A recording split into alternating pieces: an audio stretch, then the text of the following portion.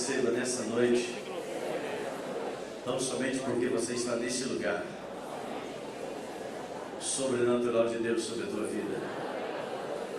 Aleluia. Quantos creem?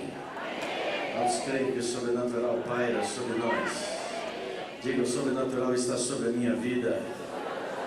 Fique de pé, por favor. Se você crê no sobrenatural, eu creio que Deus quer fazer coisas mais além do que nós podemos imaginar. Eu creio na ação e no poder do Espírito Santo de Deus.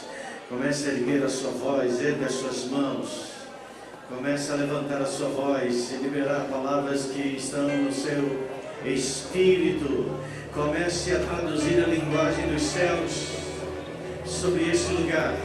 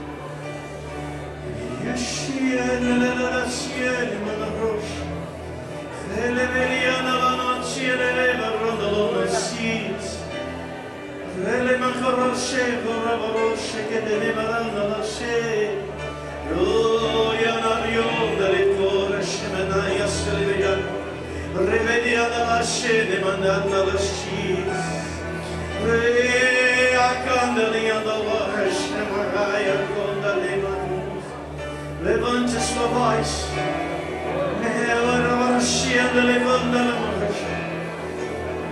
Erga uma canção do seu espírito. Como a corça anseia pelas águas, assim suspira e anseia a minha alma por ti, Senhor. O Rei dele merece de corabachana. Oh, Yamanashere que te leva roda lavabas. Ora Maria Sene Macoba Lechelebenes. Oh, basta uma palavra vinda do Espírito de Deus sobre a tua vida para mudar todo o curso da tua história, toda a história da tua casa, da tua descendência. Basta uma palavra. Atraia sobre ti nessa noite a voz do Deus Todo-Poderoso. Atraia sobre esse lugar a atmosfera daquele que é 3 vezes santo. Glória cheira, cara, vai a cheira, cada laje. Glória vai a cheira, conta da vareta, levaranja, lava. Profetiza, filho do homem. Profetiza, filho do homem. Foi assim que o Senhor disse ao profeta: o que você vê? E o profeta disse: eu vejo desgraça, eu vejo destruição, eu vejo morte, eu vejo ossos sequíssimos. Profetiza, filho do homem, e diz a esses ossos secos, e diz ao que já não é mais ossos secos, diga aquilo que já não tem mais ouvidos para ouvir, ouça, porque Deus é tão poderoso que Ele dá ouvidos ao que já não tem mais ouvidos, e algo começa a acontecer. Profetiza, filho do homem, profetiza, filho do homem, profetiza, filho do homem. E o profeta teve que romper com tudo que estava diante dos seus olhos. Ele teve que romper com a sua visão natural. Ele teve que romper com o caos que já havia dominado a sua alma. Ele teve que romper com o estado de coisas degenerado que ele via ao seu redor. E ele começou a alinhar a sua voz com a voz dos céus. Porque Deus diz: profetiza. Porque quando você profetiza, o mundo espiritual reage, o mundo espiritual move, o reino das trevas recua, o reino de Deus avança. Profetiza, filho do homem. Profetiza, filho do homem. Profetiza, filho do homem. Vamos, faça isso agora. Oras, oras, oras, oras, oras. Vive, vive, vive, diz o Senhor.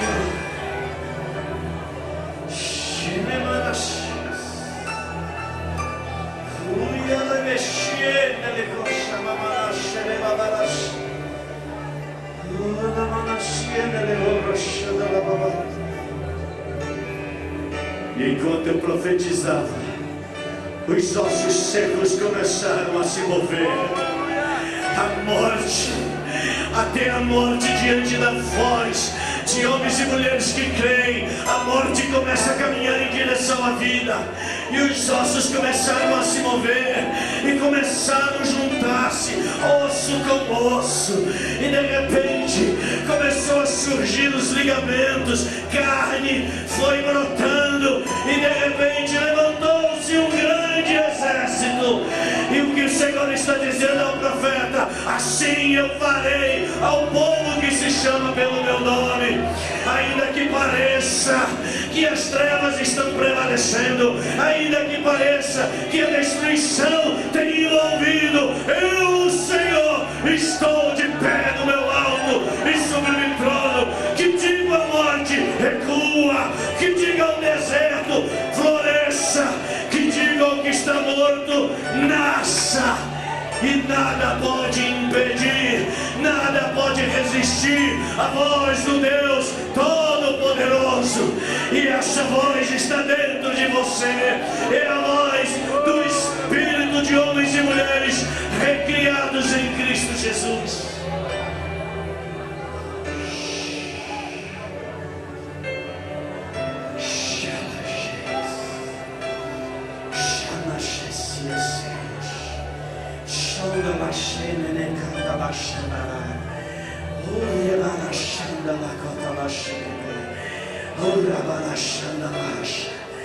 Levante-se com toda ousadia, com toda ousadia. Faz ouvir a tua voz, faz ouvir a tua voz, faz ouvir a tua voz, faz ouvir a tua voz, faz ouvir a tua voz. O mundo espiritual se move quando a voz do Senhor ecoa. Por isso a palavra diz que a voz do Senhor é como trombetas. A voz do Senhor é como trovões. A voz do Senhor é como multidão de águas. A voz do Senhor ecoando sobre o Rio de Janeiro. A voz do Senhor ecoando sobre a sua casa, sobre os seus negócios, sobre as suas finanças, sobre a sua saúde. Faça ecoar a voz do Deus Todo-Poderoso.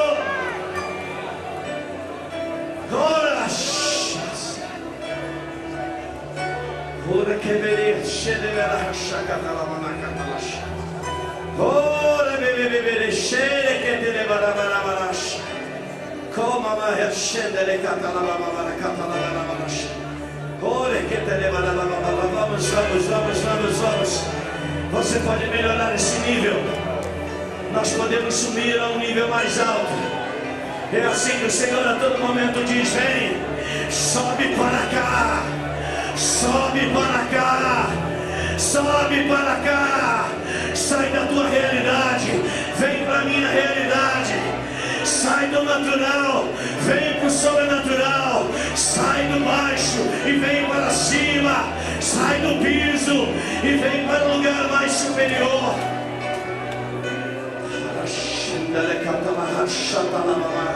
Rugiu o leão, quem não temerá? Ovelha dá balido, mas o leão ruge.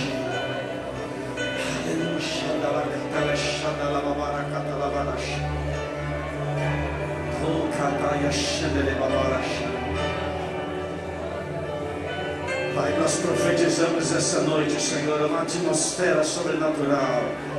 Nós profetizamos, Senhor, nesta noite uma atmosfera de rompimento.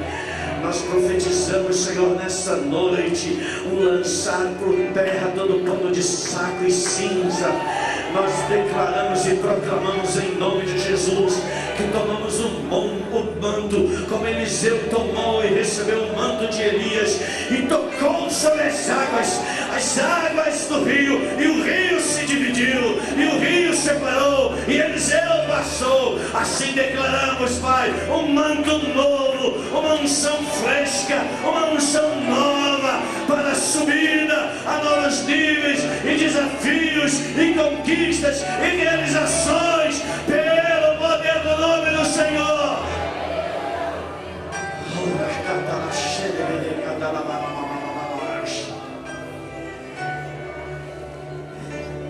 No mundo espiritual, meu amado, toma como que um manto nas tuas mãos. Toma como que um manto. Segura esse manto bem alto.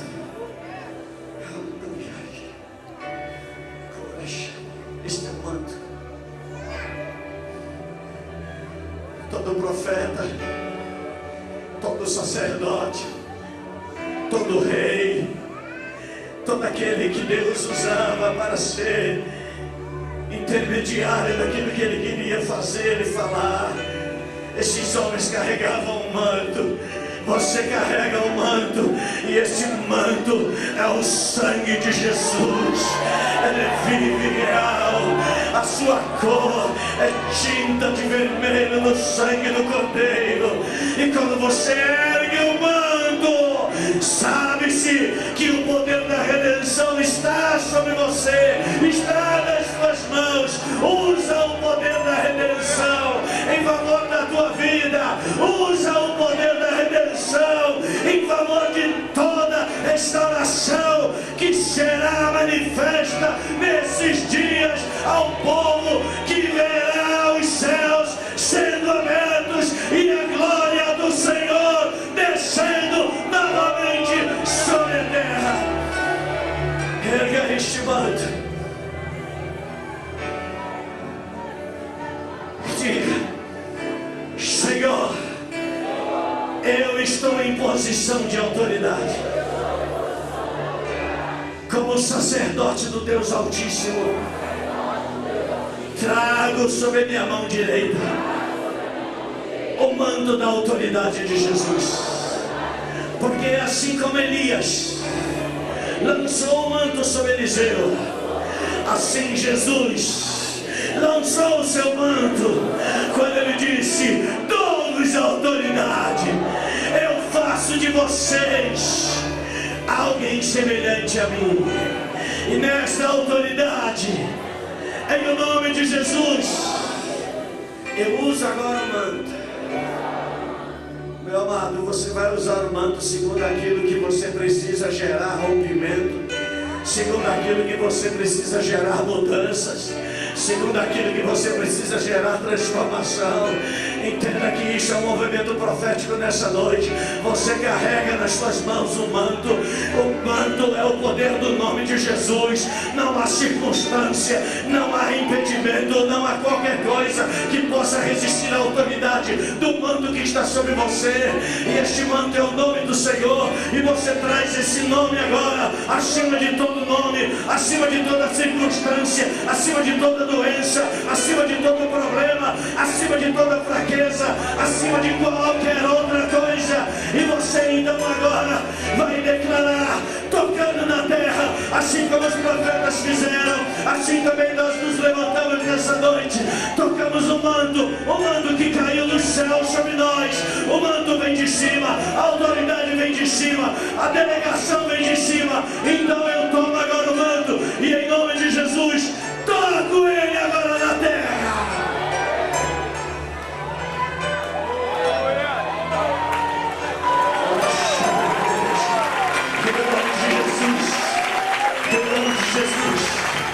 Em nome de Jesus, em nome de Jesus, diga: haja.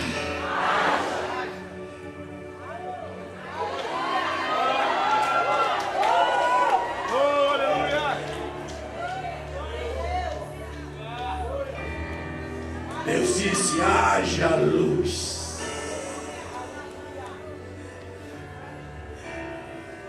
Quando Deus disse haja luz, não veio à existência uma luz. Deus mesmo é a luz, então Ele diz: haja na terra o que eu sou, a luz.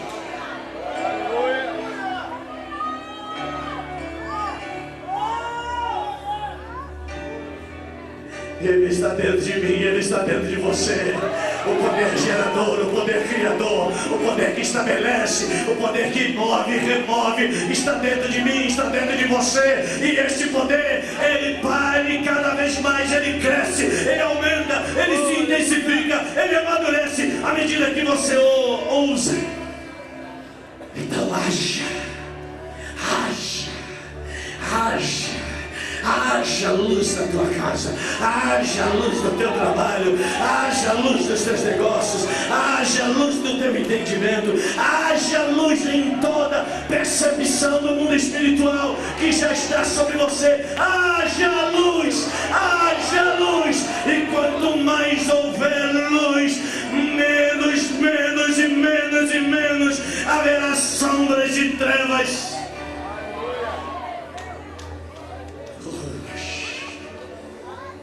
E fez Deus separação entre a luz e as trevas. Onde a luz quer se manifestar, ela não convive com as trevas. As trevas recuam, a luz avança. Jesus disse: vós sois eu mesmo. Porque Jesus diz: eu sou a luz do mundo. Por isso ele disse: vós sois, porque eu estou em vós. Precisamos mais do que guardar princípios, precisamos vivê-los e praticá-los. Diga: eu transporto a luz. Diga: onde a luz está, trevas não coabitam.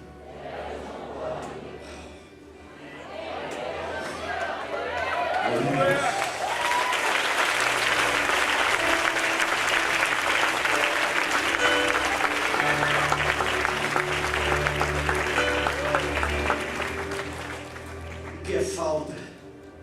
Falta é tudo aquilo que é ausência de luz. Onde há luz, há vida. Onde não há luz, falta vida. Haja luz. Haja luz. Vocês estão felizes? Diga: eu sou a luz do mundo. Diga: Jesus disse isso. Vós sois a luz do mundo. Mas para quem Jesus falou isso? Falou para homens que tinham áreas escuras na vida. Mas quem disse que Deus leva em consideração aquilo que você é, senão aquilo que Ele declara que você é? E quando você crê naquilo que Deus diz a respeito de você mesmo, você se torna igual a Ele. Entende? Você se torna um lugar da manifestação de Deus. Façamos o homem conforme a nossa imagem. Deus é luz e nele não há treva alguma. Eu não estou pregando, eu estou só sendo usado pelo Espírito para ministrar a você e declarar luz, luz, luz, iluminados os olhos do vosso entendimento, para que possais compreender qual a altura, qual a profundidade, qual a largura, qual o comprimento, qual a extensão.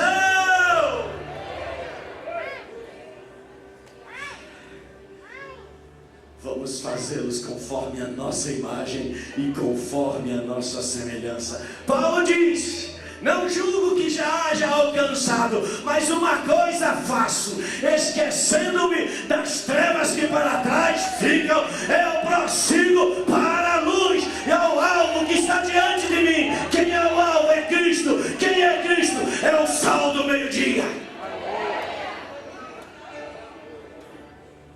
Antes de haver relógio, havia um sinal que fazia com que os homens medissem o tempo.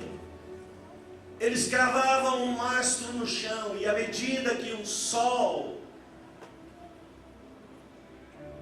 a terra se movia ao redor do sol, então aquela sombra ia mudando de posição.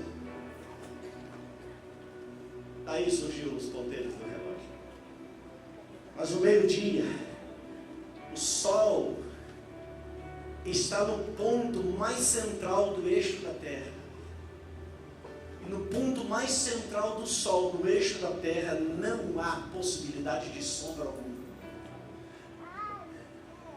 Uau! Preste atenção numa coisa. Até a natureza revela o que Cristo separou para nós. Vós sois a luz do mundo.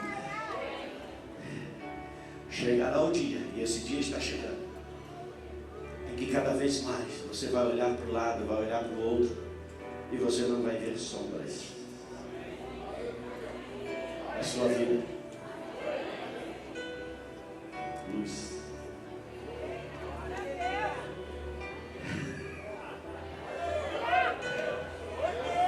A natureza todo dia profetiza sobre nós. Sol do meio-dia. Sol do meio-dia. Vamos profetizar para 5 pessoas. Sol do meio-dia sobre a tua vida.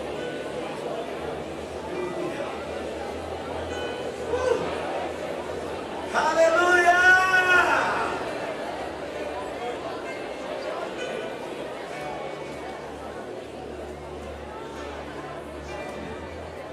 Quem é treva fica em pé, quem é luz entra. Glória a Jesus. Por isso que Deus criou o meio-dia.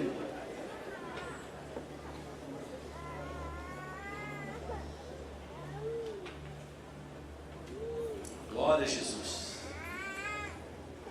Vocês estão felizes? Digam amém. Diga, não existem ossos secos sobre a minha casa. Não existem ossos secos sobre a minha vida. Aleluia. Diga, eu sou o templo vivo de Deus. Deus não é Deus de mortos, Deus é Deus de vivos. E aqueles que vivem glorificam a Deus. Aqueles que estão mortos ficam calados.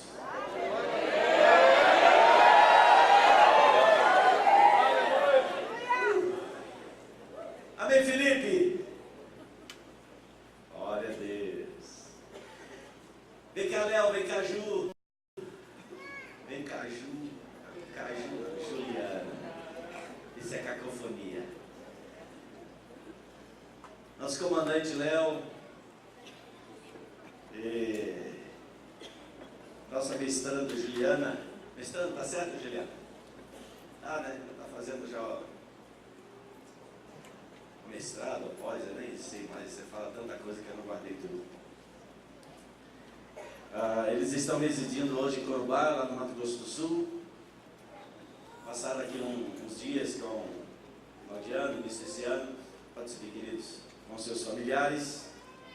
E também estando junto conosco nesses 3 últimos domingos. E amanhã, pela manhã, já de madrugada, eles começam a empreender o retorno para a sua base, a cidade de Corumbá. São 1.900 quilômetros, é isso? Fala não, meu irmão. A gente vai ter um momento aqui down. Eles retornam amanhã, depois desse tempo de convivência. Entenda que esse é um tempo, ou esse foi um tempo de refrigério sobre vocês. Esse é um tempo de fortalecimento. Esse é um tempo de apertar mais ainda as cordas, retesar as cordas da tenda, da casa, da vida, da família de vocês. E vocês voltam, retornam fortalecidos no Senhor e carregados, sobrecarregados em unção, em graça de Deus, para impartir e repartir sobre aqueles que estão lá na cidade de Corumbá. Por isso que nessa noite também, como presbitério, nós queremos orar por imposição de mãos sobre vocês, transferindo essa carga espiritual, ministerial sobre a vida de vocês, sobre a família de vocês, seus filhos, para que no retorno a Corumbá, desde a viagem, vocês sejam guardados, sustentados pelas mãos do Senhor. Que Deus mesmo possa colocar batedores à frente de vocês, não trepados sobre motocicletas, mas com asas à frente, livrando-os de qualquer imprevisto, de qualquer acidente, de qualquer trama do inferno. Eu queria que rapidamente o presbitério subisse aqui e nós vamos levantar a nossa voz e abençoarmos a vida deste casal. Se você quiser, fique de pé, mas vamos estender as nossas mãos e vamos abençoá-los. Vamos rodeá-los aqui, rodeá-los. Glória a Deus. Aleluia. Obrigado, Jesus. Obrigado, Pai.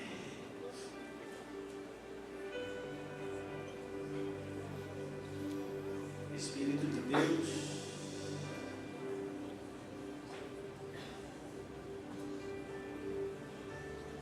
servindo Paulo e Barnabé ao Senhor, disse o Espírito: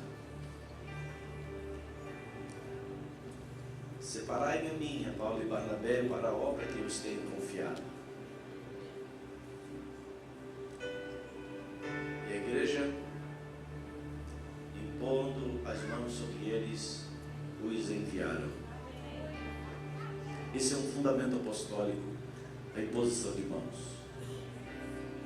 A imposição de mãos é mais do que mãos sobre, mas é transferência de graça, transferência de autoridade, renovação do espírito, fortalecimento em todos os níveis. Quando eu digo a você, põe as mãos sobre o seu irmão que está ao seu lado, não é apenas cobrir, mas é sim liberar o que está sobre você, porque isso é um princípio, é um fundamento bíblico, a imposição de mãos. Eu queria que você levantasse a sua voz, de onde você está, todo o corpo de Cristo, todo o ministério Terra Festa, nós vamos transferir sobre eles esse nível de graça, de fortalecimento, em nome de Jesus.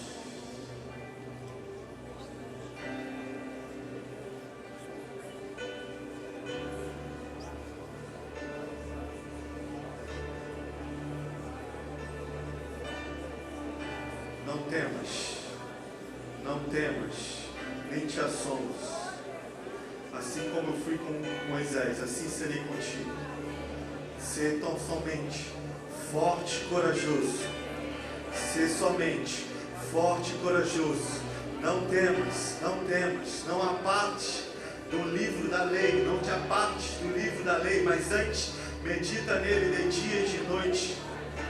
Porque o Senhor fará prosperar todos os teus caminhos. Todos os planos e propósitos estabelecidos pelo Senhor naquele lugar serão estabelecidos. Por isso hoje Ele te fortalece. Hoje Ele libera essa palavra sobre você e a sua casa, Léo e Ju, e sobre toda a sua casa. Ser forte e corajoso, porque ainda há muita terra a conquistar, porque ainda tem muitos a serem tocados. Por isso nós liberamos o manto apostólico, os 5 ofícios, impõe suas mãos sobre eles para nos enviar a cumprir a obra do ministério. Trazer maturidade ao corpo, ser suporte às juntas. Por isso nós liberamos a unção sobre eles, a unção apostólica, a unção que traz o conhecimento, a unção que ensina todas as coisas, a unção que capacita, a unção de intrepidez, ousadia. Nós proclamamos, Senhor, sobre ele a sua casa, Pai. Um tempo de avanço, um tempo de aprofundamentos, experiências sobrenaturais intensificando. Como igreja brasileira, Senhor, nós nos enviamos à Bolívia, Pai. E declaramos que tudo aquilo, Senhor, que tem sido arquitetado nesse lugar, nós declaramos já falido. Porque o teu filho vai pisar nessa terra e vai proclamar o teu reino naquele lugar. Nada vai impedir, Senhor, o teu agir. E como igreja de Cristo Jesus, nós dizemos não na região celestial a todo movimento satânico, Pai. Nós profetizamos Ainda tem muita terra a conquistar. Ser forte e corajoso. Ser forte e corajoso. Assim como fui com Moisés, assim serei contigo. Assim serei contigo. Pai, eu quero no teu nome. Nós selamos essas palavras sobre a tua vida, Léo, sobre a tua vida, Juliana. Esse é um tempo de preparação, esse é um tempo de equipar-se, esse é um tempo de experiência. E através de vocês, como o evangelista já orou nessa noite, nós abençoamos o nosso país vizinho, a Bolívia, que passa por momentos seríssimos, numa tentativa violenta do inferno de impedir a proclamação do nome de Jesus naquela terra, através de leis que causam embaraços e proibições ao estabelecimento da Igreja de Cristo naquele lugar. E agora, como igreja, nós desfazemos esses decretos e liberamos um decreto de crescimento maior do reino de Deus em terras bolivianas. Quando você passa aquele rio e entra na fronteira da Bolívia, Léo, entra não apenas o teu corpo, mas toda a graça de Deus e toda a liberdade do Espírito de Deus para construir aquilo que Deus quer construir e derrubar tudo aquilo que Deus quer derrubar. Pelo poder do nome de Jesus, te abençoamos, Juliana, nas escolas onde você está ministrando, na faculdade onde você faz a sua graduação, a sua pós-graduação. Que o Espírito de Deus te use, que você atraia homens e mulheres para reconhecerem a graça e a virtude do Espírito de Deus que está sobre você. Te abençoamos com paz, com tranquilidade, e os enviamos de volta a Corumbá e abençoamos aquela cidade em nome de Jesus.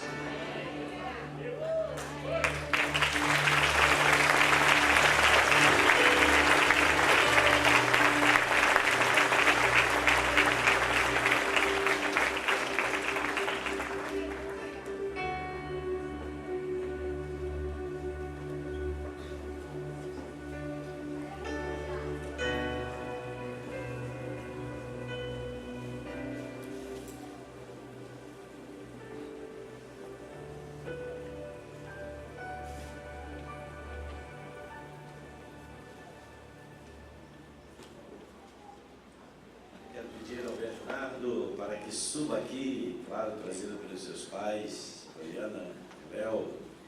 Nós queremos orar pelo seu bebê, e essa noite nós vamos orar e abençoá-los. Essa casa, essa família que recebe o seu primogênito, Bernardo. Glória a Deus.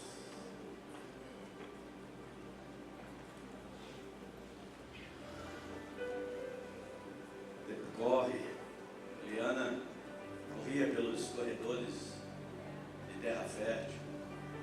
Agora tu vai ver o que é bom. Entendeu? Aqueles que ficam, corre e tal, você vai ver o seu filho. Glória a Jesus, posso pegar a luta.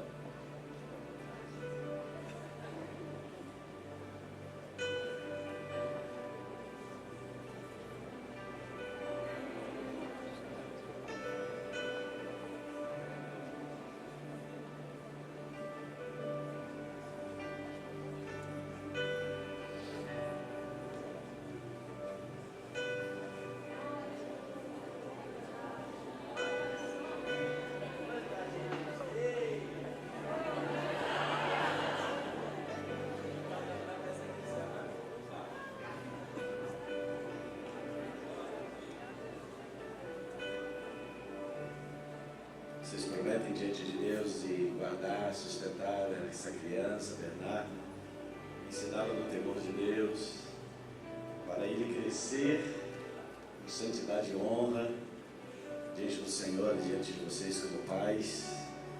abençoando ele para que ele abençoe também esta geração, esta família. Amém? Prometem isso? Amém?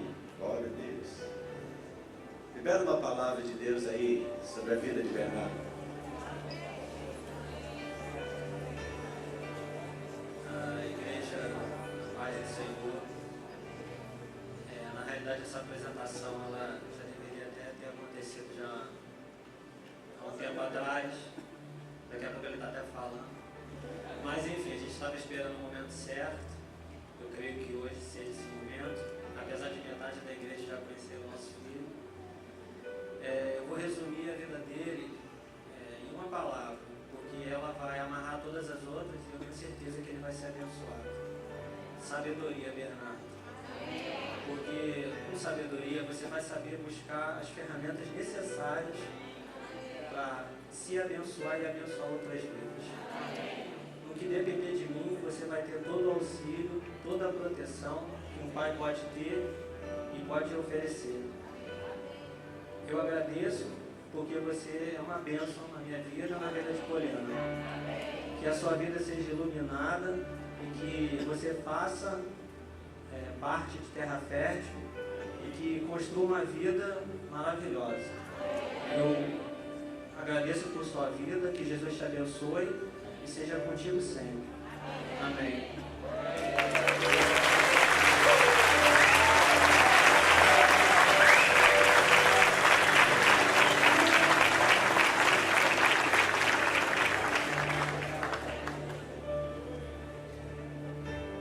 Com quem ele parece mais? Esse lado de lá, com quem ele parece mais? Hein? Poliléu, ok, glória a Deus.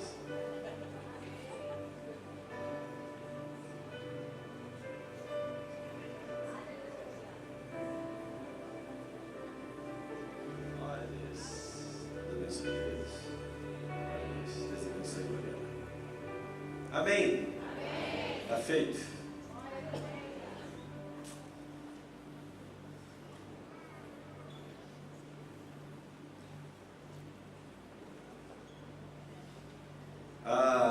Eu vou começar a falar, talvez faça você pecar, mas deixa eu falar logo para você não pecar, né?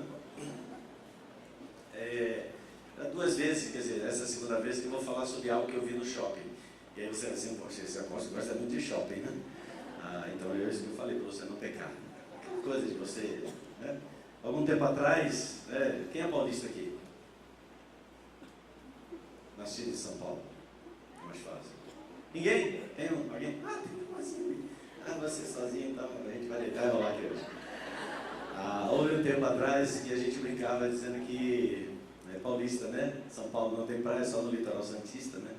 Eles não tendo praia, a única diversão deles era ir pro shopping, né?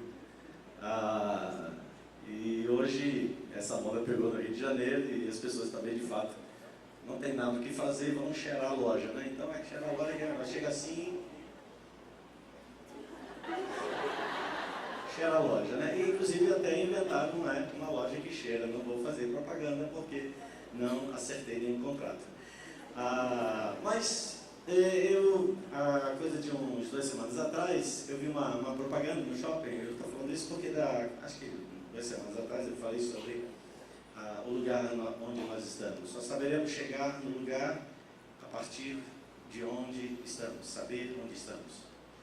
Mas um dos shoppings de Campo Grande está acontecendo uma exposição, eu não vi ainda, mas pelo caráter que recomendo que todos que vejam, e eu espero ver antes que acabe. Está acontecendo uma exposição que tem a ver com a anatomia humana, né? Mostrando o corpo humano, né? O ser humano. Quantos já viram uns cartazes? Quantos já viram? Ninguém frequenta shopping aqui. Jesus, sei onde é que vocês andam, né? Sim, Cabo Frio, né? Arraial do Cabo, entendi. Ok. Então, tem umas propagandas ali muito interessantes, né? Que aparece, né? Um homem, né? Figura humana, e a gente vê ali alguma... Rabelo, te vi aqui, rapaz, olha que eu vi você ali, né? Essa almofada era do gabinete, né? Você pediu autorização para pegar? Pediu, né? Entendi. Ok. Deus abençoe, querido. Bom te rever. E ali aparece, né, aquele homem, aquela figura, né? Eu ia até trazer, depois eu pensei, não, vai que alguém fica olhando para essas coisas, depois fica de noite sem querer dormir e tal.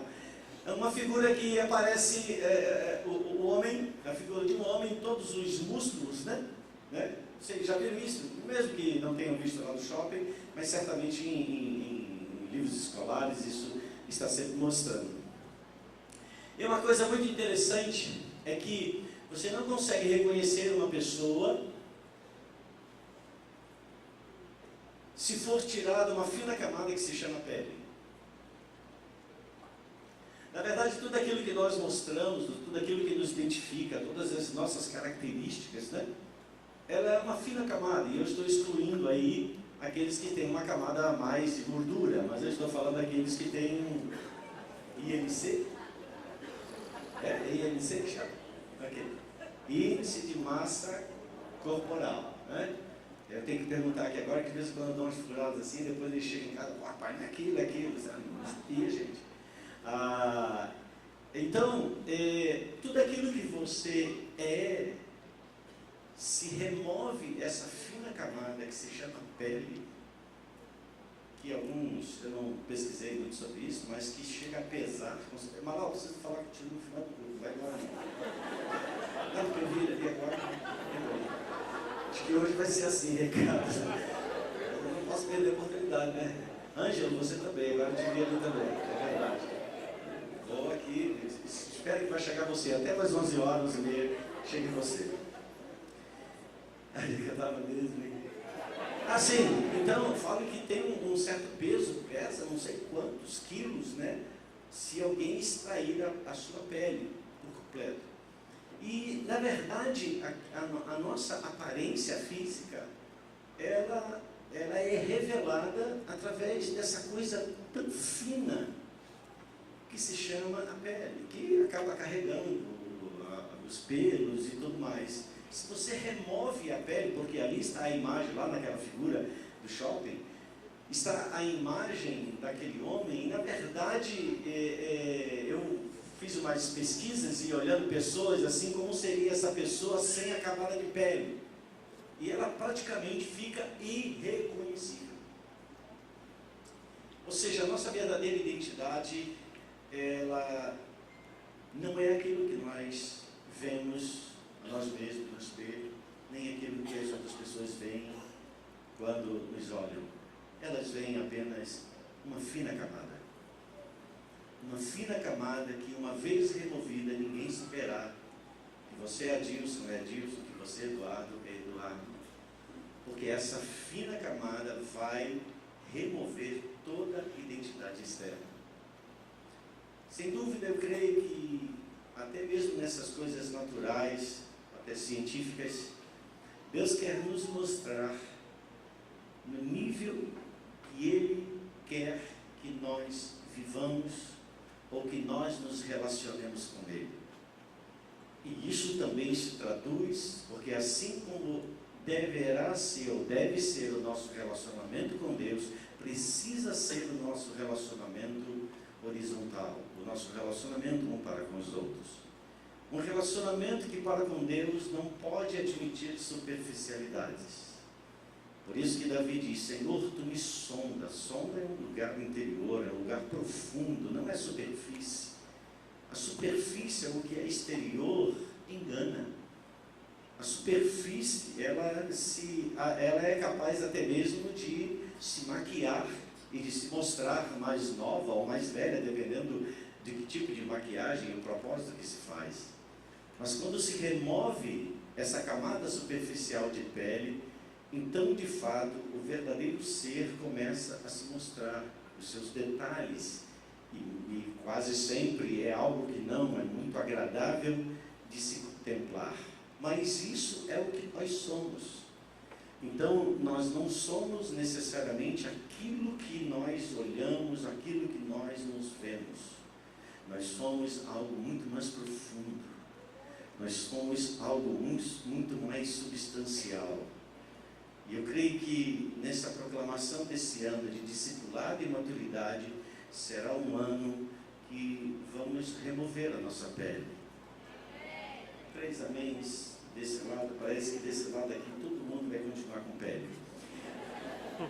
Nós vamos remover as nossas superficialidades para vivermos as profundidades que Deus espera, que Deus requer que cada um de nós vivamos. Quantos querem isso? Ou seja, como a palavra diz, com o rosto desvendado. Esse rosto desvendado é exatamente isso, é sem nenhum aparato, sem nada que humanamente falando gera impressão ou impressiona, mas sim aquilo que é mais interior. Deus não vê como o homem vê o que é exterior. Ele, porém, o Senhor, sonda e conhece os nossos corações. Mas assim como deve ser esse nível, relacionamento entre o homem e Deus, Deus deseja que também nós sejamos aperfeiçoados em níveis mais profundos do nosso relacionamento entre pessoas. De tal forma que nós possamos construir relacionamentos construtivos, desculpe a redundância, relacionamentos que sejam de fato aprofundados. E eu falo de relacionamentos, não é sinônimo de amizades, mas eu falo de relacionamentos verdadeiros, eu falo de relacionamentos sem pele, eu falo de relacionamentos que olham lá dentro. Eu creio que nós sabemos que uma das maiores epidemias que o mundo moderno vive hoje é a epidemia da orfandade. Não a orfandade necessariamente daqueles que não têm o conhecimento dos seus pais, mas a orfandade até mesmo daqueles que convivem dentro do ambiente com os seus pais, ou já conviveram, mas que tiveram relacionamentos extremamente empobrecidos e, consequentemente, feridas foram se instaurando na sua alma. E por mais que esses homens e mulheres, eu creio que muitos deles estão aqui nessa noite, tenham tido uma experiência com Cristo, é importante que a gente tenha a coragem de considerar que existem emoções ou experiências residuais de momentos não tão agradáveis no nosso funcionamento como filhos, naquilo que os nossos pais trouxeram, onde se depara muitas vezes pessoas sofridas, pessoas fechadas em si e, consequentemente, não conseguem produzir relacionamentos aprofundados. E esse nível de situação empobrecida da construção de uma família, que seria um modelo natural para levar famílias a uma relação íntima com Deus, que Jesus vem e revela como Deus Pai. E essa figura Pai, ou até mesmo já a figura também Mãe, se torna no ouvido de filhos que não conseguiram ter bons relacionamentos, e pelo contrário, pais controladores, pais repressores, pais que usavam sua boca para gerar pesos espirituais terríveis sobre a vida dos filhos. Consequentemente, quando essas pessoas vêm para Jesus, elas recebem a Jesus, mas os seus relacionamentos são truncados. Os seus relacionamentos no meio do corpo estão sempre sofrendo processos de rompimento. Elas não conseguem se localizar e se situar porque elas carregam experiências que precisam ser curadas, que precisam ser transformadas. E para isso o Senhor estabeleceu a casa, a igreja também como uma família. É muito importante que nós tenhamos em alta conta o conceito que Deus tem de debaixo desse conceito, nós nos esforcemos a viver essa dinâmica e essa realidade. A realidade de relacionamento entre pais e filhos. O relacionamento que não significa dizer que pais são infalíveis ou filhos são infalíveis. Eles são falíveis. Mas existe uma graça de Deus que não necessariamente foi utilizada por conta da formação de muitos de nós dentro do ambiente familiar. Uma graça que não foi tomada para aperfeiçoar, para atenuar as arestas do relacionamento difícil e muitas vezes até mesmo, com todo o conceito da palavra, ausente dentro do ambiente da formação desse menino, hoje homem, hoje mulher e até mesmo já pessoa casada. Mas quando chegamos a Cristo, nós não chegamos a Cristo para termos somente um relacionamento com Deus, mas a partir da vida com Deus, Ele vem para restaurar todas as coisas dentro de nós.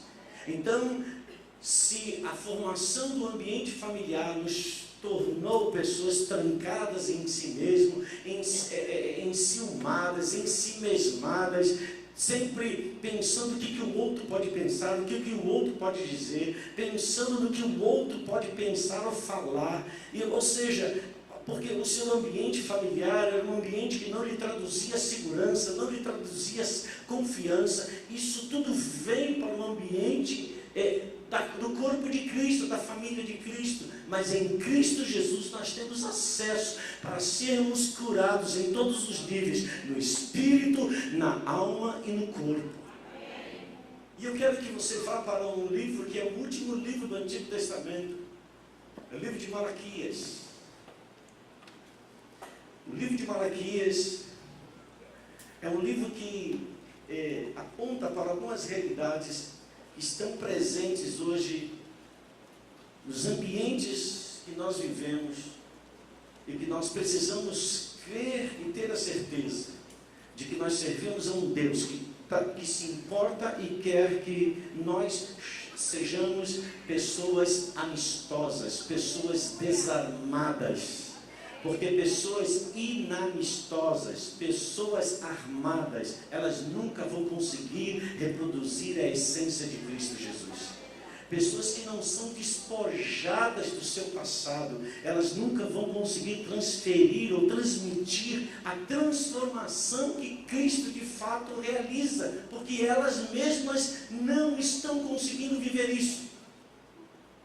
Mas eu desejo que ao longo do ano de 2018, ao ano de muitos ambientes que vão ser gerados e proporcionados, por exemplo, hoje aqui mesmo, enquanto você está lá em Malaquias, aguarde um pouquinho, nós teremos no dia 25 de abril, serão 3 meses, serão 12 aulas ministradas aqui pela mestra Helenita, e ela tem uma formação totalmente fundamentada, habilitada para ministrar esse curso, Orações que Curam.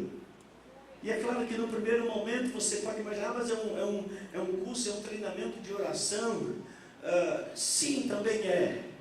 Mas acima de tudo e principalmente, é um ambiente que vai falar, que vai revelar, sem que ninguém saiba quem você é, através daquilo que o Espírito de Deus terá de usar Helenita, quem eu conheço já de vários anos, e eu vou fazer o curso aqui também, junto com vocês, porque para a gente conhecer mais a respeito de nós mesmos, muitas vezes nós precisamos que alguém fale a respeito de nós. Hoje em casa nós estávamos no almoço e começamos a conversar e começamos a perguntar um para o outro: o que você acha que eu preciso mudar? O que eu acho que eu preciso melhorar? E começamos, a falar, um falando do outro. Não, você é assim, mas é diferente quando nós ouvimos algo que nós precisamos de mudança de alguém que nos ama. Quem nos ama não terá como interesse apenas e tão somente mostrar nossos erros. quem nos ama, fala-nos a verdade, mas nos ajuda a vivenciar e experimentar mudanças e ajuda a transformação daquelas coisas um tanto quanto difíceis, que nós, às vezes, no dia a dia nem percebemos, ou se percebemos, não achamos que ela é tão grave assim, mas como ela atrapalha os nossos relacionamentos. E veja, não há relacionamento com Deus fluido, se eu não tiver relacionamento fluido aqui com meu irmão. Não existe uma vida espiritual e uma vida material. A nossa vida, ela está envolvida em todo o ambiente, no que é espiritual e sobrenatural, porque todo o nosso ser hoje é espiritual. Quem toca em você não toca apenas no seu corpo, não, toca na graça de Deus que já está na sua vida. Então a gente estava ali conversando e falando um para o outro das circunstâncias. Foi um momento assim curto, mas depois ele se avançou, falando cada um. E você, quando está num ambiente, por mais que seja plural, mas é um ambiente da família, é um ambiente da confiança. Vire-se para seu irmão, diga assim para ele: nós precisamos, como igreja de Cristo, nos tornar pessoas confiáveis, ao ponto de eu poder falar das minhas fraquezas ao Biblit, e o Biblit falar das suas fraquezas, e eu não ficar igual o gato na frente do cachorro, mas entender que tem uma graça na minha vida para repartir sobre você, mas tem uma graça que sai de você para repartir sobre a minha vida, porque vida de discipulado é uma relação onde entre os dois há uma chama acesa, e uma chama acesa mostra a luz e as partes escuras também. Então, às vezes não estamos vendo as partes escuras daquele que está diante de nós, mas aquele que está diante de nós também está vendo as partes escuras. Mas se a verdade, se a honestidade e, acima de tudo, o caráter de Cristo formado dentro da gente, a gente vai mutuamente ajudar-se. E com isso nós vamos crescer em experiências e tomada de territórios que muitas vezes têm sido perdidos por causa da nossa inconstância, por causa dos nossos temperamentos que são muitas vezes traidores. E veja, o temperamento não é qualificativo para ninguém ser bom ou ruim. Não existe temperamento bom, não existe temperamento ruim. Todo temperamento tem suas coisas interessantes e tem as suas coisas não interessantes. O que importa é que todo esse ambiente foi maculado. Precisamos entender isso. Foi maculado pelo pecado. Mas temperamentos controlados pelo Espírito Santo faz com que nós sejamos pessoas, por mais que você seja colérico, mas você, controlado pelo Espírito, saberá lidar com aqueles que têm um temperamento diferente de você, por causa da misericórdia que você experimentou, que não é diferente da misericórdia que ele também está experimentando. Ou seja, o ministério que nós recebemos é o ministério da reconciliação. Então eu quero ver todos vocês aqui se inscrevendo até o dia 25 de abril, das 14 às 16 horas, se não me engano. Eu sei, mas apóstolo, é durante a semana. Sim, é durante a semana, paciência. Ora aí para você aposentar rápido, para você vir fazer o curso. Mais de 2 às 4, né? Então você já ajeitou as coisas lá, mas aí só as mulheres vão fazer. Não, eu vou fazer também.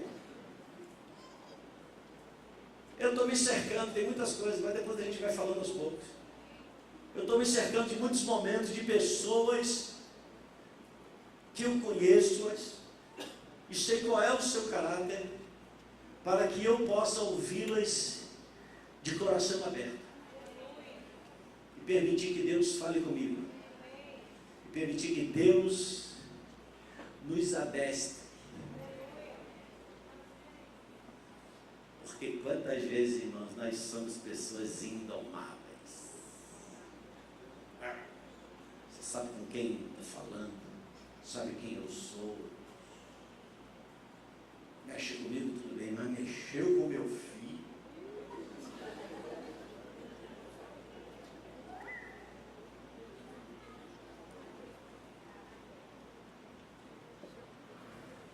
Deus dê cada dia mais graça. Pastor Paulo, pastora Viviane, a lidar com toda essa quantidade de mães. E pais também. Vocês acham que seus filhos são super-heróis. Gatinho, aquele gatinho em Garfield, né? Como é que é? O gatinho do Shrek, né? É, que ele fica com aquela cara assim. Tá com a espada ali. Bebendo disparo. Então, meu filho que eu apresentei, e as mãos do apóstolo o elevaram até o alto e sublime trono de Deus. Meu filho fez isso. Ah, não, que injustiça. Eu não quero mais ficar nessa igreja.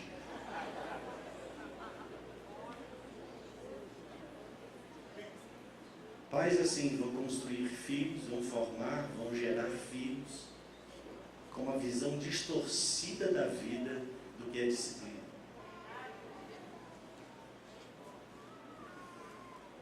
Todos nós precisamos de disciplina. Todos nós precisamos de adestramento. Todos nós temos áreas que precisam ser dominadas dentro da gente. Se tem alguém difícil de lidar, essa pessoa se chama Renan. Para comigo mesmo. Sabe por quê, Rocinho? Porque você e eu, só você e eu, os demais não. Nós somos indulgentes. Nós não somos tão ruins quanto nós imaginamos que somos. A gente sempre acha que aquilo que nós fizemos está fazendo um barulhinho aqui, alguém está tocando alguma coisa. A gente sempre acha que aquilo que a gente está fazendo não é tão assim significativo, tão mal. As pessoas têm a mente.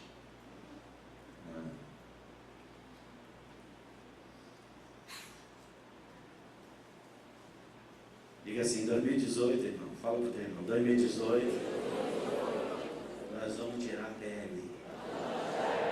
Irmão, você vai tirar a pele, a sua amada Tatiana, você vai tirar a pele, a roupa não, a pele. Malaquias capítulo 3, por favor.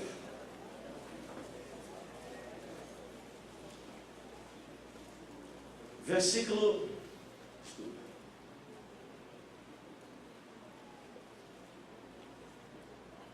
Cadê o Malaquias? Malaquias sumiu, estava aqui. Falou hoje à tarde. 13. Malaquias capítulo 3, versículo 13. E mais uma vez eu vou ler numa versão mais amplificada que a versão, a mensagem. E diz assim, todos acharam amém? Fica aí antes de Mateus, tá bom? Diz, o Eterno diz, vocês disseram palavras duras contra mim. Vocês perguntam, quando é que fizemos isto? Você está imagina que Deus está tendo um diálogo com o profeta, onde o profeta é porta-voz daquilo que Deus estava vendo nas reações e ações do seu próprio povo. Então aqui, Deus está fazendo aqui um diálogo, onde nesse diálogo é com o povo, mas o profeta que é o porta-voz dessa fala. E vocês perguntam, quando é que fizemos isso? Ou seja, quando é que dissemos palavras duras contra você? E aí o Senhor diz, versículo 14, quando vocês disseram, não vale a pena servir a Deus, continuam eles dizendo, o que ganhamos com isso?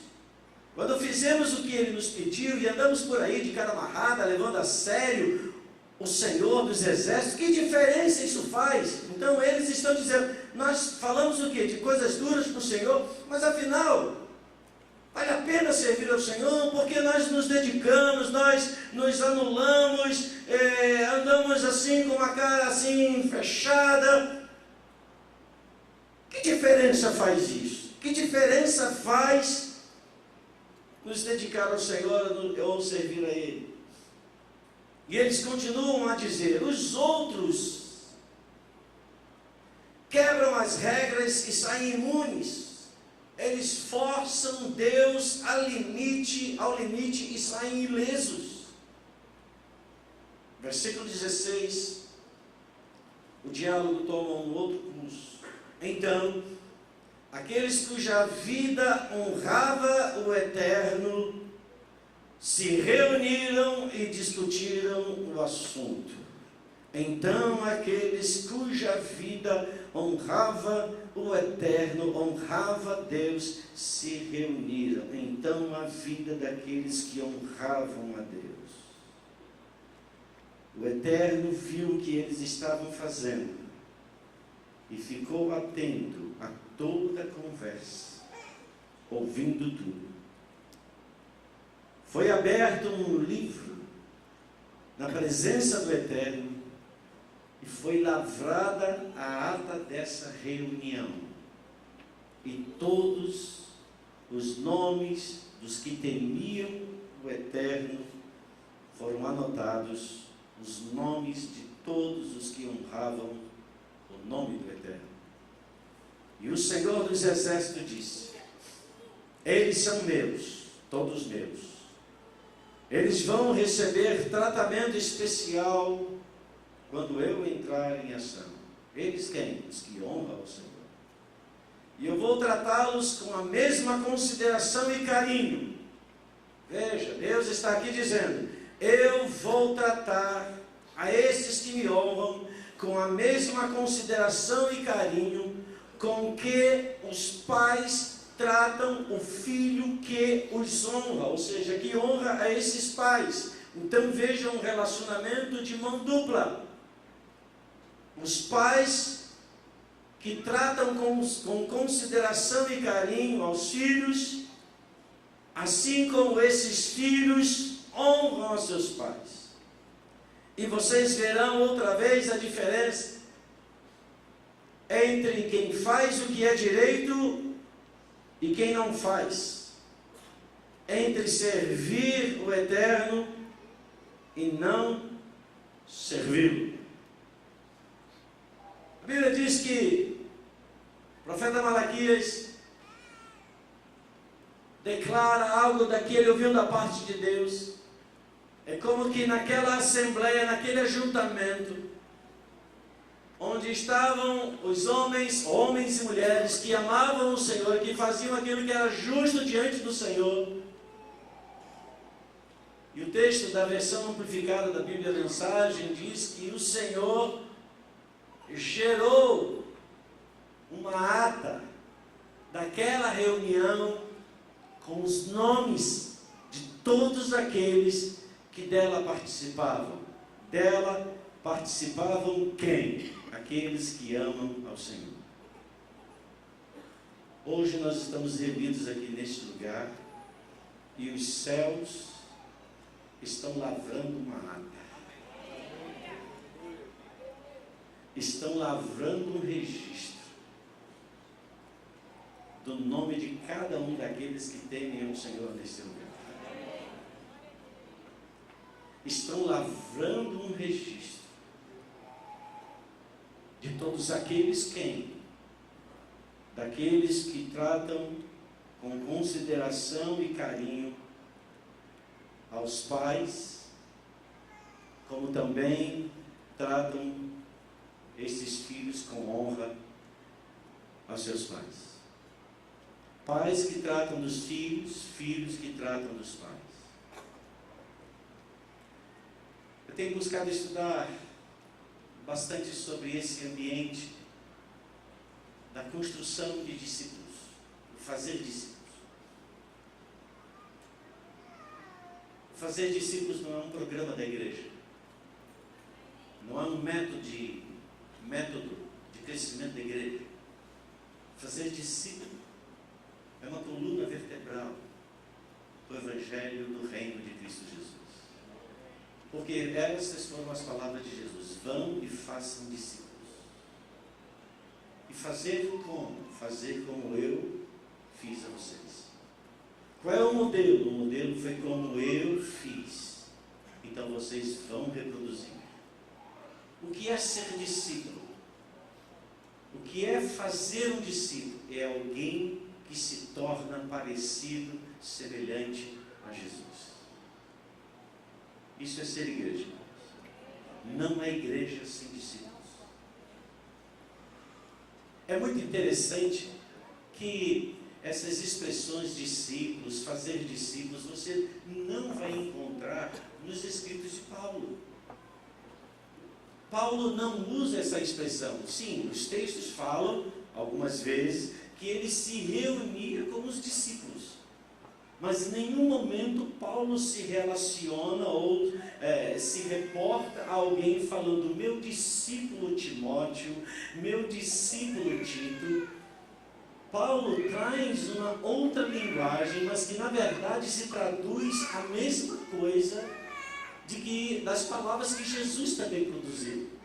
Jesus, ele falou, vocês são meus discípulos, vão e façam discípulos. Jesus enfatizou isso de uma forma muito mais viva, muito mais forte, porque na verdade Jesus estava falando a um povo que já tinha toda a cultura, todo o entendimento daquilo que era o que nós chamamos de um discipulado. Essa palavra não existe na Bíblia, discipulados, ela existe discípulo, então é uma palavra derivativa, que se deriva da palavra discípulo, porque eles estavam acostumados em Israel. O pai imprimia sobre o filho uma característica desse filho ser apaixonado por Deus, apaixonado pelas Escrituras, assim como ele, pai. Então, isso se transferia, nesse processo, isso se chamava, então, fazer discípulo.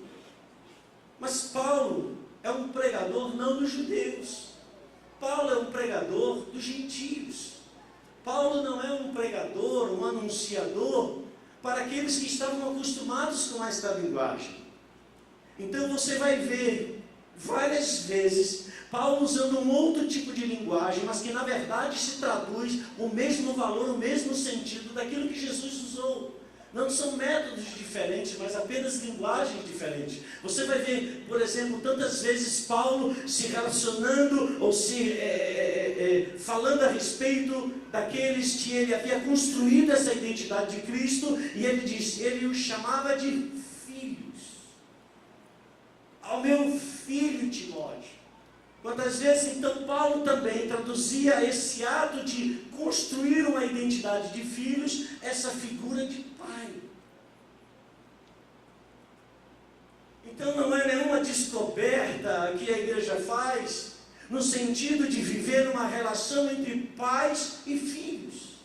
E que na verdade Malaquias vem e traz isso, onde Deus está dizendo que Ele vai fazer novamente a diferença entre aquele que ama Ele, entre aquele que teme. Temer a Deus é fazer aquilo que Deus se agrada, e aquele que não teme, fazer aquilo que Deus não se agrada. E aqueles então que temem, que fazem aquilo que Deus se agrada, Ele relaciona isso como uma família, uma construção entre pais e filhos.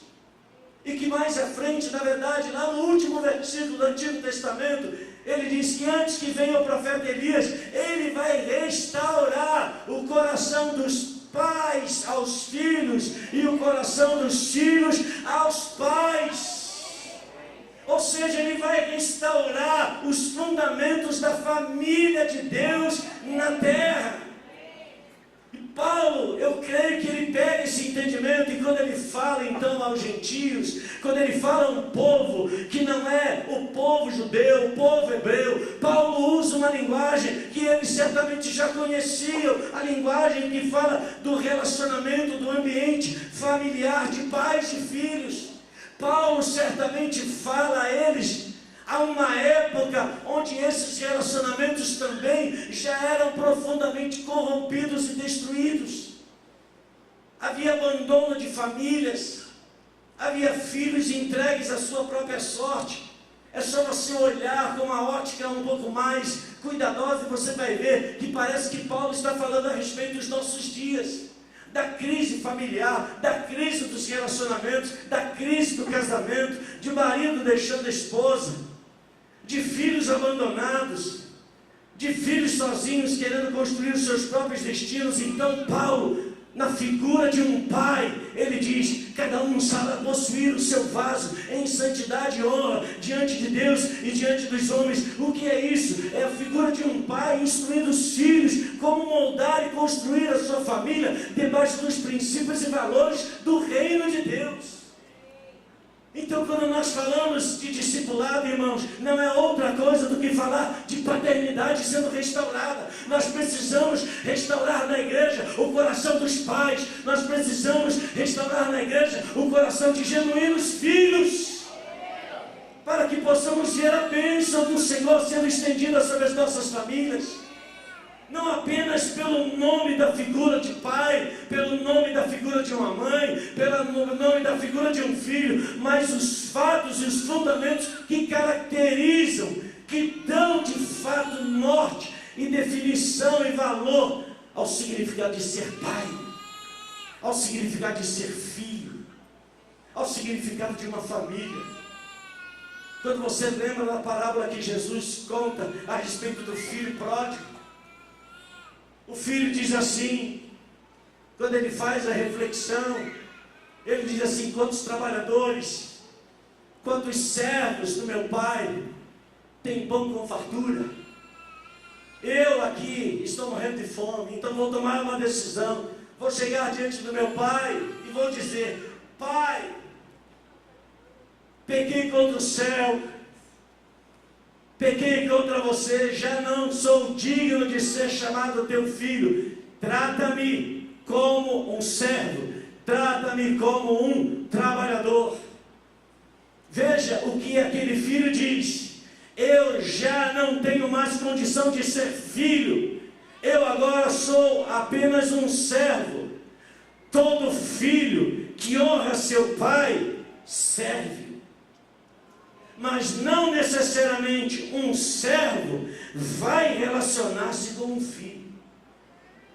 Então, o que Deus deseja é que tenhamos um coração de filhos. Por isso que o pai diz: não, você é meu filho, eu sei quem eu gerei, eu sei qual é a herança que eu tenho, eu vou recolocar o anel da aliança que te identifica como meu filho, eu cancelo o teu pecado e eu quero você novamente sentado à mesa comigo como filho. Servo não se senta à mesa com os senhores. Não era esse o costume. Mas aquele filho passou a possuir, por causa do seu pecado, uma imagem tão degradada de si mesmo, uma imagem tão ruim de si mesmo, uma imagem de que traiu a confiança, uma imagem que não honrou seus pais, uma imagem que fez tudo aquilo que era errado diante de Deus e diante dos homens, que aquele filho diz: eu não tenho mais condição de ser filho. Mas ali estava o coração de um pai. O que é o coração de um pai? É o coração daqueles que sabem qual é o valor de ser aceito, qual é o valor de ser transformado. Quem foi transformado pelo sangue de Jesus, quem foi transformado e foi tornado uma nova criatura, se torna novamente filho de Deus. E filho de Deus é aquele que tem prazer de restaurar o coração daqueles que já se acham servos e não mais filhos. Há quantos servos na igreja? Há muitos servos. Nós temos que ter filhos. Mas não haverá então aqueles que servem? Sim, haverá, mas com coração de filho.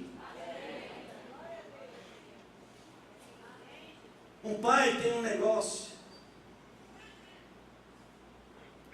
e o seu filho cresce. À medida que o seu filho cresce, então ele começa a delegar responsabilidade sobre o filho. O filho sabe que naturalmente ele vai herdar tudo aquilo que o pai possui. Então ele sabe que trabalhar para o seu pai não é esforço inútil. Quando o pai vai delegando e confiando, esse filho vai assumindo responsabilidades. Então o filho, quando dá 5 horas, termina o expediente. O filho pode arrear as portas do negócio, fechar o escritório. Mas o filho permanece ali mais 1, 2 horas. Sabe por quê? Porque ele está trabalhando para que os negócios do seu pai prosperem. E os negócios do seu pai são também os seus negócios. Então ele não se limita. Ele investe tempo, ele investe qualidade. Mas qual é o coração do servo? Dá 5 horas e não quer nem saber. Tocou o sinal, ele não tem compromisso com aquela herança. Ele não tem compromisso com aquele ambiente. Ele só tem um compromisso meramente pecuniário, de receber pelo seu trabalho. E se ele faz meia hora de hora extra, ele quer receber tudo. Por quê? Ele tem coração meramente de servo. Mas o coração de filho, ele pode não receber a hora extra nenhuma. E na verdade ele nem está importado com isso. Porque ele sabe que tudo aquilo que é do pai é dele também. Nós precisamos ter coração de filhos. Porque tudo que é do pai pertence a cada um de nós. Então, quando nós lidamos com os negócios do pai, e aí o cuidar de vidas, esse é o negócio de Deus, cuidar de vidas, se envolver, não trabalhar apenas por conta de um método ou por conta de meramente um mero encontro, um simples encontro, onde nós chamamos às vezes desse encontro, fiz o meu discipulado. Ou eu sou discípulo porque fiz parte daquela reunião. Não. Deus não quer profissionais. Deus quer aqueles que se doem, porque estão trabalhando nos negócios do Pai. E o negócio do Pai são vidas. Então, quanto mais a minha vida for aperfeiçoada, mais eu, como filho, vou honrar ao meu Pai. Quanto mais eu me deixar ser tratado e cuidado pelos poderes que do Senhor vêm sobre mim, mais eu me tornarei, mais você, mais nós nos tornaremos com o mesmo coração do Pai, que foi revelado através do coração do Filho Jesus.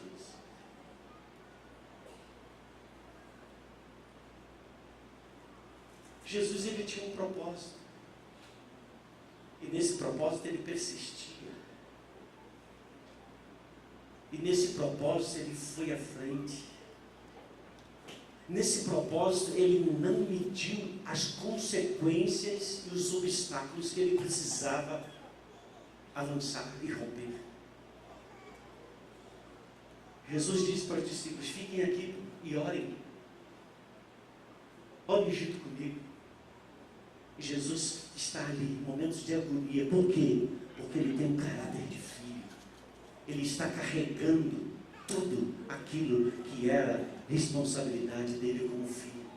Mas os seus discípulos, que não estavam ainda com o coração perfeitamente ajustados, eles estão dormindo. Desperta tu que dormes, levanta-te dentre os mortos, e Cristo vai te iluminar. Irmãos, eu espero que esse ano os nossos modelos comecem a fluir, não por conta de um outro funcionamento, e não vem nada de novo senão aquilo que nós vamos nos deparar com a própria palavra, para que todo o nosso fazer não seja baseado apenas em superfície, em pele, que nós não nos impressionemos por um rosto bem apresentado, que possa parecer então que está tudo bem. Mas quando se constrói, se desenvolve relacionamentos profundos, relacionamentos onde a segurança daquilo que é dito é guardado, porque você sabe que você não está lidando apenas com uma pessoa, você está lidando com todo um ambiente que envolve uma vida que, uma vez transformada, vai ser um instrumento nas mãos de Deus para transformar outras vidas. Entenda uma coisa: um verdadeiro discipulado produz multiplicação.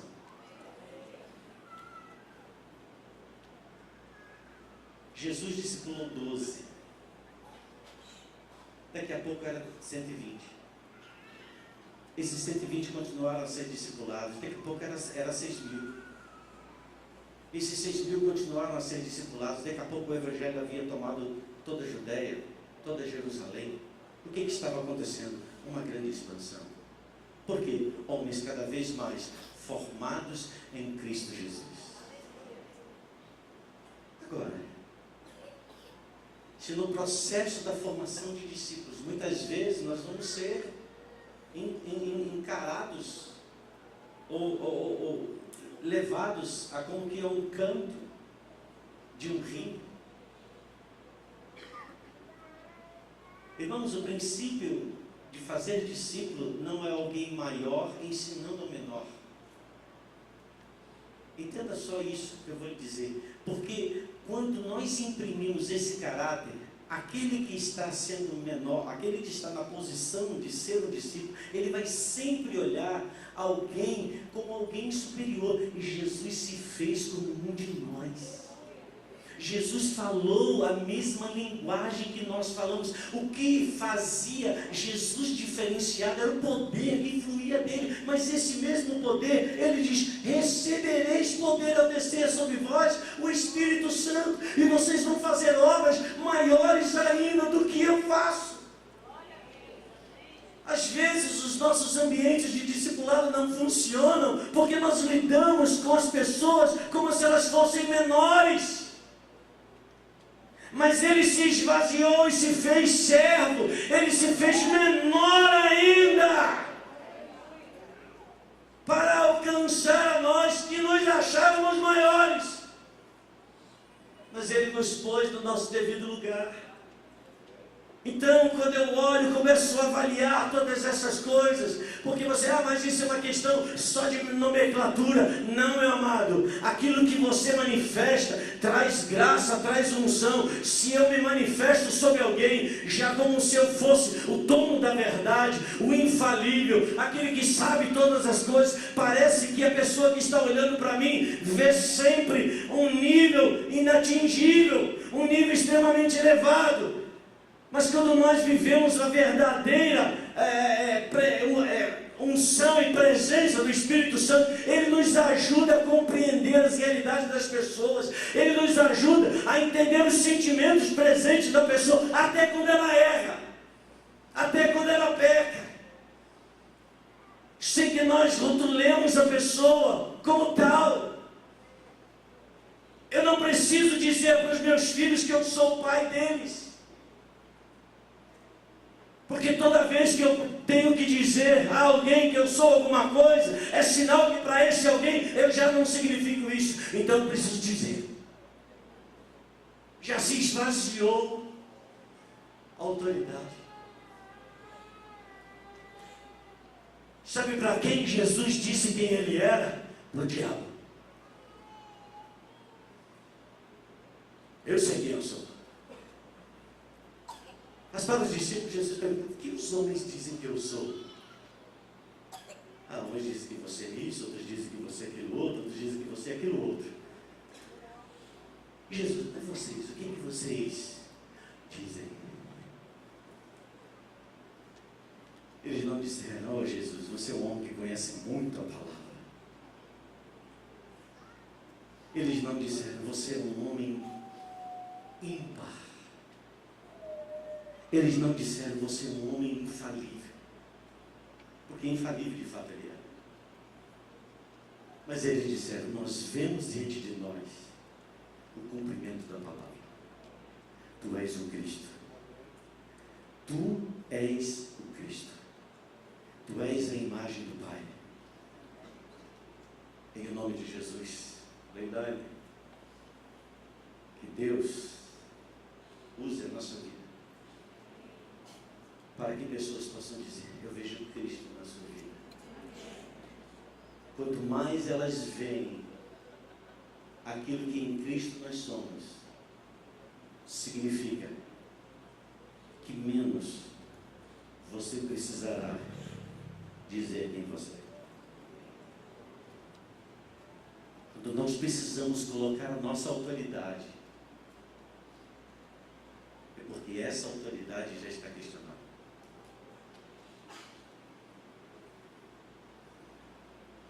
Jesus nunca levantou a voz. A única vez, na verdade, que vimos Jesus um pouco destemperado foi o momento que ele se lança contra o templo e vê o estado de coisas que ali estava, porque aquilo ali revelava o coração dos homens. Mas ele disse: eu não vim para destruir a vida dos homens, eu vim para salvá-la. Irmãos, Malaquias ele diz: eu estou fazendo a ata da reunião, eu estou registrando tudo aquilo que está sendo dito, eu estou registrando tudo aquilo que está sendo ouvido, daqueles que amam e temem o meu nome, porque eu vou tratá-los com a mesma consideração que eles estão tratando um com o outro. Eu vou tratá-los com a mesma benignidade, com a mesma misericórdia, com a mesma compaixão com que eles estão tratando o outro. É claro que nisso está implícito também, e muitas vezes Deus vai tratar conosco de uma forma dura, pela forma além do ponto que nós tratamos pessoas. Isso não quer dizer sermos macios, isso não quer dizer passar a mão por sobre aquilo que é errado, mas há muitas formas de se mostrar o erro.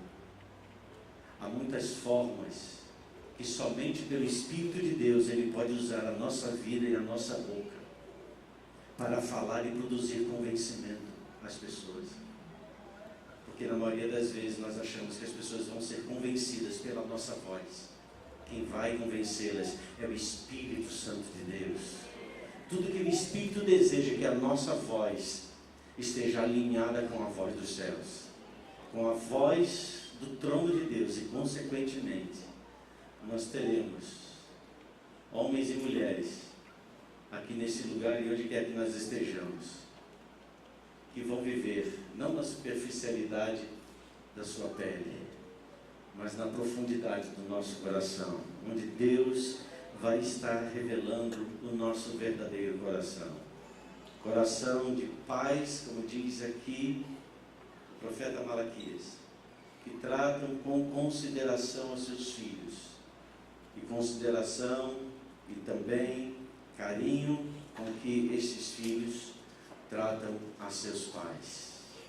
Que lar, que família, que ambiente lindo.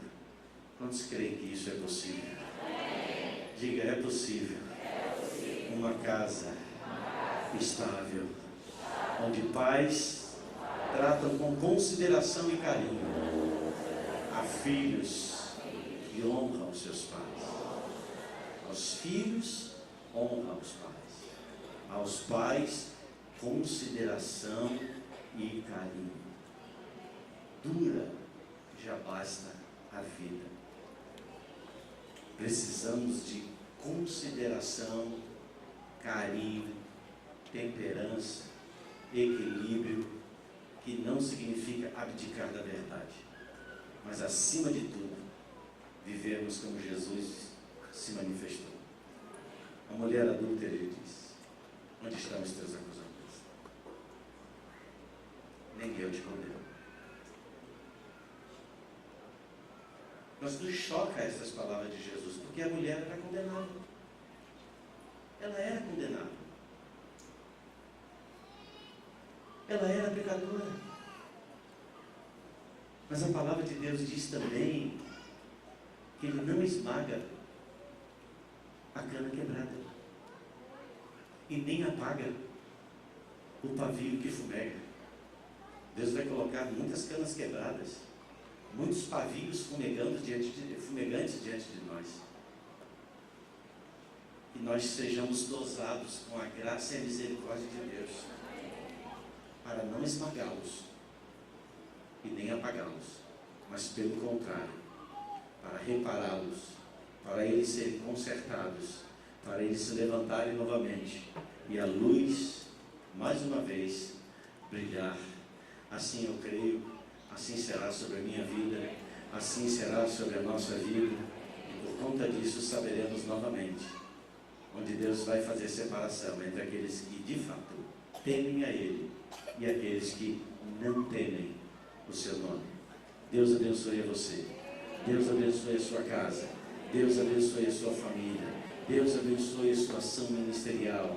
Deus abençoe ambientes onde a sua influência, por meio da influência de Cristo, se manifeste. Que Deus dê graça para cada um de nós a vivermos o verdadeiro e genuíno Evangelho de Cristo Jesus. Que nós diminuamos e só assim o Senhor vai crescer na nossa vida e gerar transformações daqueles que estão ao nosso redor. Fique de pé, por favor.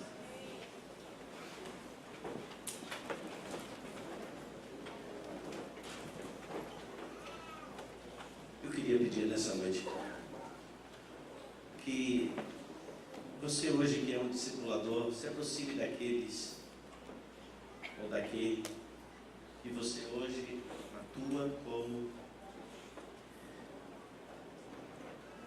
discipulador e ele seu discípulo.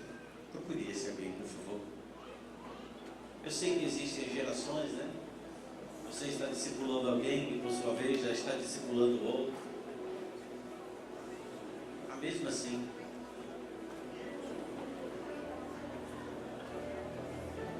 deixe bola geral.